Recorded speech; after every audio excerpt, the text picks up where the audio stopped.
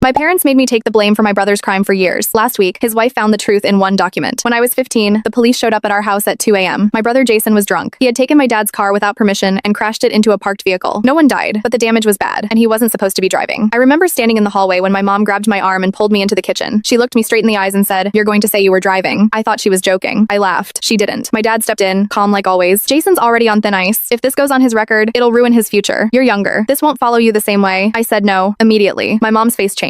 "He's your brother." That sentence again, like it was some kind of law. I kept shaking my head until my dad lowered his voice and said, "If you don't do this, you're on your own. No college, no support, nothing." I was 15. I didn't know how to fight that. So when the officer asked, I lied. I said I was driving. That one lie followed me for years. I got charged, lost opportunities, had to explain it in every application, every background check. Jason, he went to college, got a job, lived like nothing ever happened. He never thanked me. Not once. We just never talked about it. It became this silent thing everyone pretended was normal. I moved out at 18 and cut them off as much as I could. Built my own life from scratch. It was hard, but at least it was mine. For years, nothing happened until last month. Jason got married. I wasn't even invited, but a week after the wedding, I got a call from an unknown number. I almost didn't pick up. "Hi, is this Ryan?" Her voice was nervous. "Yeah, this is Emily, Jason's wife." I went quiet. She continued, "I think there's something you need to see." She asked to meet. I didn't trust it, but curiosity won. We met at a small cafe. She looked stressed, like she hadn't slept in days. She slid a folder across the table. Inside was an old insurance document from the night of the crash. Names, details, signatures, and one thing circled in red, Jason's name, listed as the driver. I looked up at her. "He lied to me," she said. "He told me you were reckless, that you almost ruined his life. But this," she tapped the paper, "this says otherwise." My chest felt tight. She leaned back and asked the one question no one had ever asked me before. "Did they make you take the blame?" I couldn't even answer properly. I just nodded. She closed her eyes for a second like it physically hurt. Then she said something I'll never forget. "I married him 3 weeks ago, and I think I made a mistake." Apparently, she had confronted Jason the night before. He didn't deny it. He just said, "It's not a big deal. It's family." That was enough for her. She stood up from the table and said, "I'm filing for an annulment." Just like that, years of lies ended in one conversation. Before leaving, she looked at me and said, "You deserved better." That hit harder than anything. Later that night, my phone exploded. My parents, Jason, all of them calling, texting, blaming me, saying I destroyed his marriage. But here's the thing, I didn't say anything. I just told the truth once. And somehow, that was enough to break everything.